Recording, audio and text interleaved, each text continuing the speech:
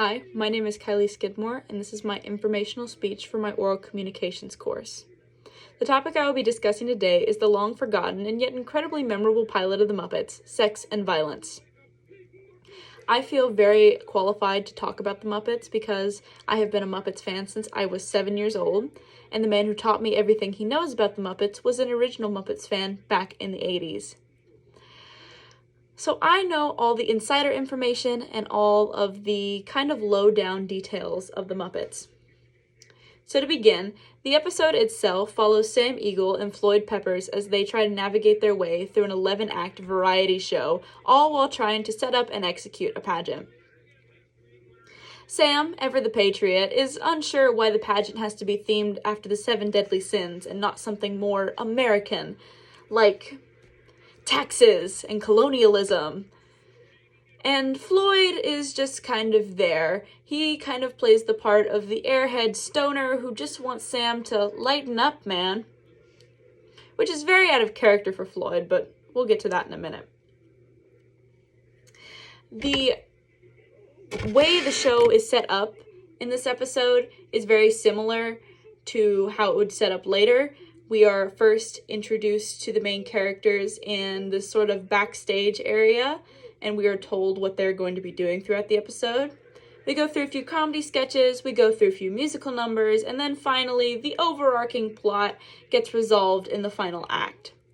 This overarching plot is something that would be very useful and very much a driving force in the Muppet Show itself, but is very underutilized here. And in fact, had they not told us at the beginning and the end that they were putting on a pageant, you really wouldn't have known by watching the rest of the numbers by themselves.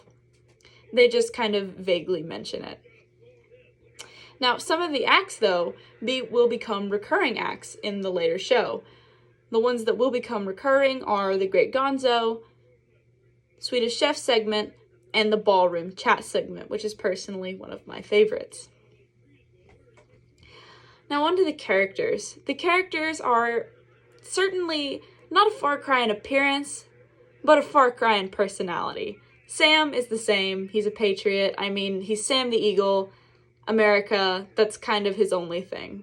But then you have characters like Floyd and Kermit. Floyd, again, is just an airhead. He spends most of the episode staring off into space and saying odd off-color things like about the stars and about the music, man. And it's just not quite Floyd. In the show, Floyd is like that. He's snappy.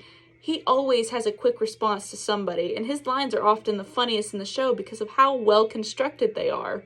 He's still a hippie. He's still the basis of the Electric Mayhem, but he's smart. His dialogue and his comedy are smart. And then there's Kermit, who is not the host, but he plays a minor role as a cameo in the episode. He's very mean, which the original Kermit was mean, but he is definitely not the kind-hearted, albeit sometimes sardonic frog we will come to know. He says a lot of mean things and does a lot of cruel things to some of the other actors, including Piggy, who, again, Piggy is such a one-note character that it's hard to mess her up, and yet they still manage to do it. Yes, she is the prima donna, but she just isn't the feminist icon prima donna. She's not the I'll karate chop you if you say that to me again prima donna. She's just kind of the bratty center of attention without all the fun. Then there are characters like Animal and Dr. Honeydew, who, again, kind of on character, but they still feel wrong. Most of the time, when we see Animal in the pilot, he is chained up somewhere, and he screams, "Animal! Animal!" which is very on brand for Animal, but it doesn't feel right. Animal should be following somebody around hopelessly, like Janice, or Dr. Teeth, or Floyd, or Zoot. He should be following around the Electric Mayhem and saying something about how he wants to play his drums or going crazy over lunch, not chained up in what looks like a dungeon. And Dr. Bunsen Honeydew, he's so boring. And if there was one thing I would use to describe Honeydew, it's not boring. He's smart, and he's funny, and he's mean, and he's kind of mischievous. But here he just does nothing. And then there's Nigel. What was intended as the original host of the Muppets, Nigel would later become the composer in the orchestra pit of the Muppet Studios. And he doesn't have much of a personality there, and he certainly doesn't have much of a personality here. Fraggle-like in appearance, Nigel does nothing. His jokes are all unfunny. He speaks in a flat, monotone voice, and he pops in every now and then to make sure things are going okay. But other than that, he's probably the most forgettable character on the cast. I'm very glad that they changed him from being the host to being a minor non-speaking role later. And then you have the setting, which is probably the one I have the biggest gripe about. Something about the setting feels not very cohesive. The rooms don't quite connect together the way they do in the normal show.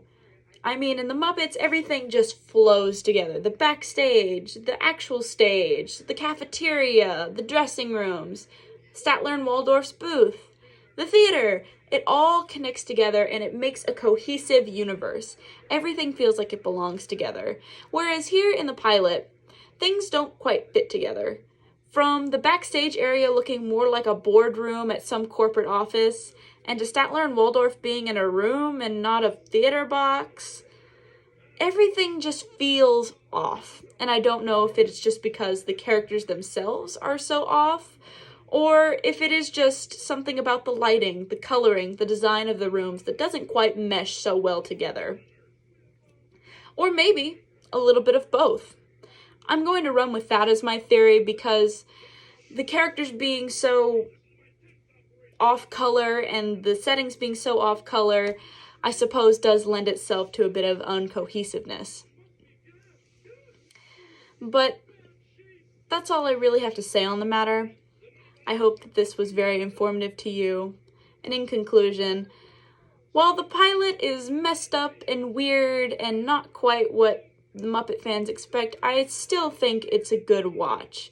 It's interesting to see how these concepts, places, and characters all evolved into the things that we know and love today. And it's certainly a good thing to know. Thank you for listening, and bye.